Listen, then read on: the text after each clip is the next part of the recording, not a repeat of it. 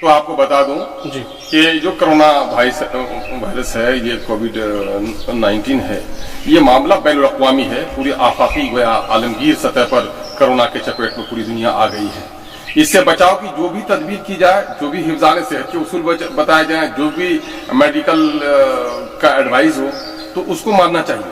लेकिन बिहार में और पूरे देश में ये कोरोना के नाम पर सरकार डंडे चला रही है और डिक्टेटरशिप लागू कर दिया है। चाहे मोदी जी का मामला हो या हमारे राज्य के मुखिया नीतीश जी का मामला हो। मामला ये है कि ये भी देखा जा रहा है कि ये बीमारी ज्यादातर बड़े शहरों में और बड़े लोगों के जरिए से बीमारी फैली है, लेकिन इसकी पूरी पिटाई हो रही है मजदूरों की। मैं जो विडंबना सह रहा हूं और जो मेरी परेशानी है, मैं उस तक को शेयर करना चाह रहा हूं कि बिहार में सबसे ज्यादा माइग्रेंट लेबर है। बिहार में कल कारखाने नहीं है, खनिज नहीं है। मुख्यमंत्री जी अपनी जबान से वो भाषण देते रहे कि साहब हम लोगों को पलायन से रोकेंगे, लेकिन पलायन को रोकने में विफल हुए। न तकनीकी और उच्च शिक्षा का कोई यहाँ पर साधन हो सका। नतीजा हुआ कि बच्चे भी पढ़ने के लिए अन्य राज्यों में गए हैं और मजदूरों का तो बड़ी एक तादाद, मैं कहता हूँ करोड़ों में उसकी तादाद है, जो बिहार से बाहर है। और वो ईंट पत्थर तोड़ना हो, चाहे पंजाब के खेतों में काम करना हो, हरियाणा के कीचड़ में गलना हो, या फैक्ट्रियों में काम करना हो, उनकी बड़ी संख्या है।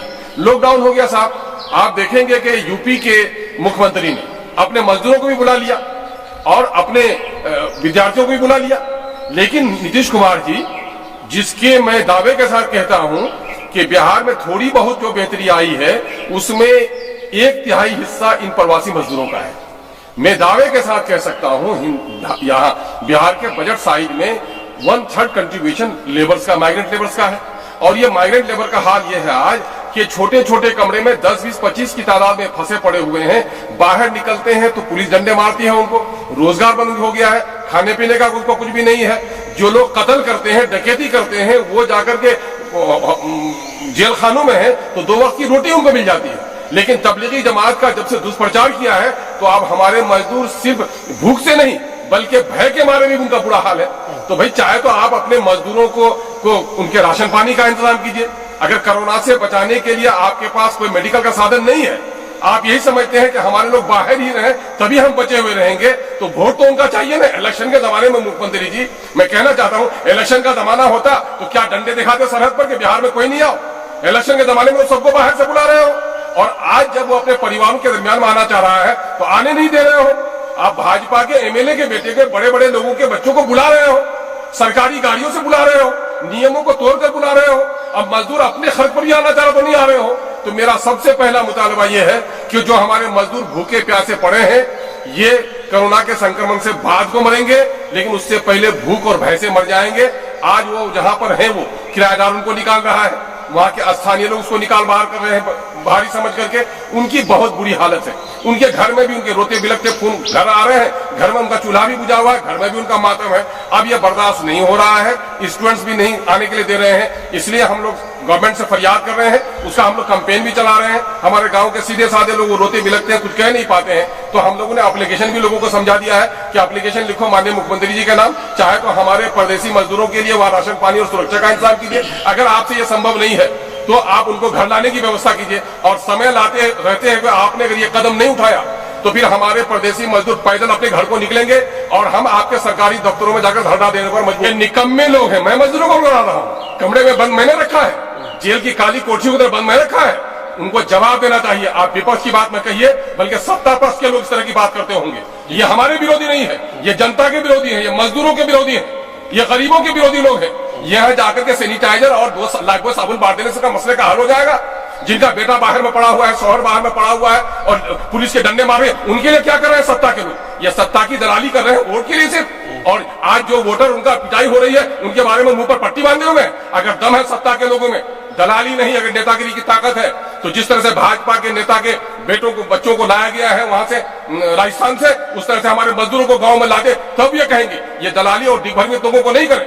हमारा साफ मुतालबा है कि नीतीश कुमार जी हमारे मजदूरों को उनका राशन पानी का इंतजाम करें, वो उनको सुरक्षा प्रदान करें। जब से तबलीगी जमात का बहाना इन लोगों ने बनाया है, अब हाल क्या हो गया है आपको मालूम है कि दिलसाद नाम का एक नौजवान गाड़ी में बैठ के जा रहा था, लोगों ने पकड़ के उसको क्वारंटाइन करवा दिया। अब क्वारंटाइन में क्या तकलीफ हुई होगी कि वो नौजवान सीमांत वहां अरुणाचल में वो नौजवान क्या हो जाता है, सुसाइड कर जाता है। आपने देखा होगा परवीन नाम की एक लड़की है भरतपुर राजस्थान में, मुसलमान नाम कहने के नतीजे में हॉस्पिटल वाला इलाज नहीं कर रहा है, और वो गुजरात जहां से जाकर के बापू ने लड़ाई शुरू की थी, गोरों और कालों के हक की लड़ाई शुरू की थी, दलितों की लड़ाई शुरू की थी बापू ने, और आज वहां बापू की नगरी में मुसलमानों के लिए अलग और हिंदुओं के लिए अलग हॉस्पिटल में वार्ड बनाए जा रहे हैं। योगी के यूपी में मीरठ में हॉस्पिटल वाला कहता है कि मुसलमान जब सर्टिफिकेट लेकर के आएगा तब उनका इलाज होगा। ये हिंदू मुसलमानों का मामला हो रहा है। कर्नाटका में दाढ़ी टोपी के नाम पर लोगों की पिटाई हो गई है। आप क्या करेंगे? किशनगंज में भी नौजवानों की पिटाई हो गई, हॉस्पिटलाइज है भी हमारा। पुलिस के डंडे की वजह से ये लोग चाह रहे हैं कि हम लॉकडाउन को कामयाब करें। तो अगर लॉकडाउन को आप सड़कों पर चलने नहीं देना चाहते हैं लोगों को, तो आप होम डिलीवरी करिए, खाने पीने का सामान, सब्जी, पानी, दवाई पहुंचाइए। हॉस्पिटल में आदमी जाता है तो फौरन यहाँ से रेफर कर दिया जाता है। किशनगंज में कोई इलाज नहीं हो रहा है, जाकर सिलीगुड़ी इलाज करो, और गाल बजाते हैं दलाल नेता लोग। अगर ये इलाज के लिए क्यों जाएंगे बाहर? किशनगंज में इलाज की व्यवस्था क्यों नहीं हो पा रही है? बिहार में इलाज की व्यवस्था क्यों नहीं हो पा रही है? बिहार में शिक्षा की व्यवस्था क्यों नहीं हो पाई? बिहार में रोजगार की व्यवस्था क्यों नहीं हो पाई? आज पूरे तौर पर आपको मैं बता दूं कि ये इलाका माइनॉरिटी का इलाका है, और आपको मालूम है कि तबलीगी जमात का मामला हुआ फरवरी के मिडिल फरवरी में हुआ नेपाल में इज्तिमा, और उसका कोचाधामन के वीडियो ने लेटर जारी किया है कि तबलीगी जमात को चिन्हित करो। तो मैं दावे के साथ कहता हूं कि कोचाधामन से 1 लाख लोग गए हैं, इस जिला से करीब 5 लाख लोग हैं। अगर सरकार में शक्ति है तो सबका टेस्ट कराए, हम टेस्ट करने के लिए तैयार है, लेकिन टेस्ट तो कराना नहीं है। तबलीगी जमात का नाम लेकर कहीं न कहीं से मुसलमानों को बदनाम करना है, अकलियतों के लोगों से नफरत फैलानी है। इसका रिफर्केशन क्या हुआ?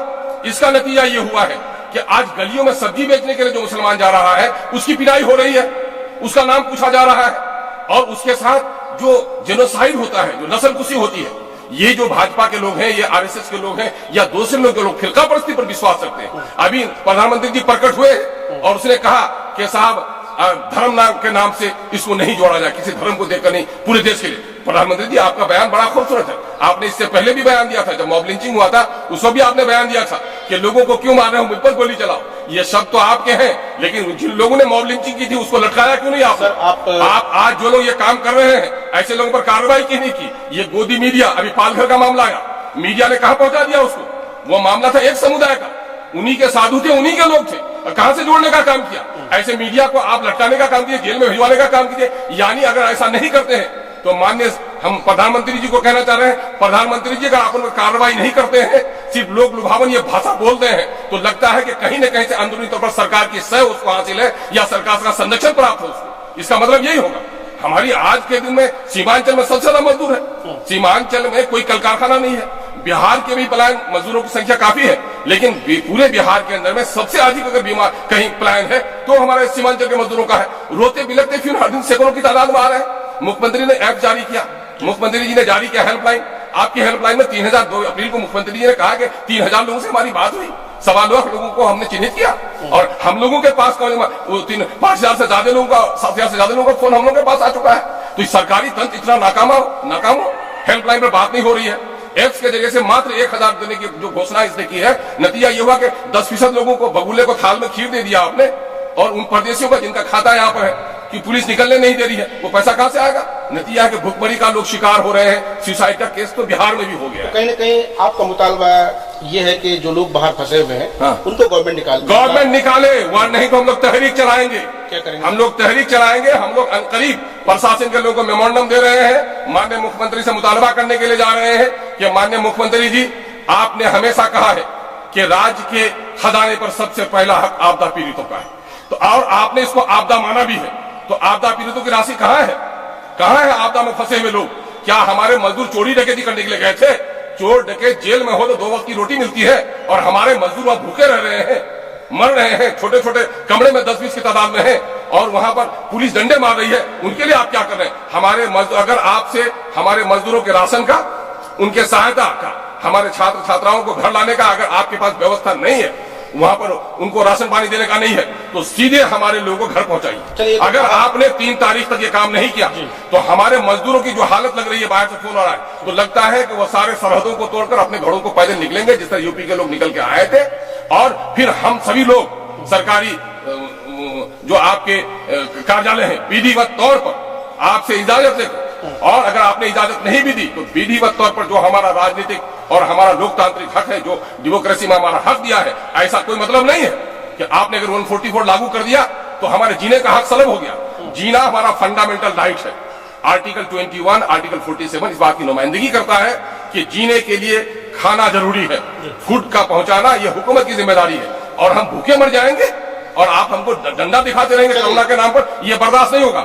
जिन जिन मुल्कों में हुआ है कोरोना के नाम पर लॉकडाउन हुआ है, तो वहां की सरकार ने लोगों को घरों में उसका होम डिलीवरी किया है। आपके पास फूटी कौड़ी नहीं लोगों को देने का, दवाई का कोई इलाज नहीं, और लोगों को हमारे कमरे में बंद रख करके आप ये रखना चाहते हैं। हम कोरोना से मर जाएंगे, हमको स्वीकार है, लेकिन भूख से नहीं मर सकते हैं। बिहार से बाहर के मजदूरों की बात हमने की, अब जो लोग बिहार में मौजूद हैं बेशुमार लोग ऐसे भाई उनका भी हाल वही है। जिनके पास राशन कार्ड नहीं है वो भी बहुत परेशान है। सरकारें तो बातें बहुत सारी करती है, लेकिन ढाक के तीन पात। अभी हुआ है नए लोगों को अभी कहा प्रक्रिया भेजे हैं हम वहाँ पटना मंजूरी होने के लिए। कब से चल रहा है? कई महीने से मामला चल रहा है। मामला यह है कि जिनके पास राशन कार्ड है या राशन कार्ड नहीं है, राशन कार्ड होने ही से वो आपके नागरिक नहीं है, राशन कार्ड नहीं भी होने से वो नागरिक है। अगर आपने उचित समय पर उनको राशन कार्ड नहीं दिया है तो ये सरकार की गलती है, नागरिकों की गलती नहीं है। और जिन लोगों ने राशन कार्ड उनको उपलब्ध नहीं कराया, ऐसे पर कार्रवाई कीजिए और हमारे तमाम तर लोगों को फौरन आप फ्री में राशन मुहैया कराने का काम कीजिए। पानी अब नाक से ऊपर हो गया है, बर्दाश्त की सीमा भी होती है और सारी सरहदें खत्म हो चुकी हैं। और लगता है कि इस देश में आज के दिन में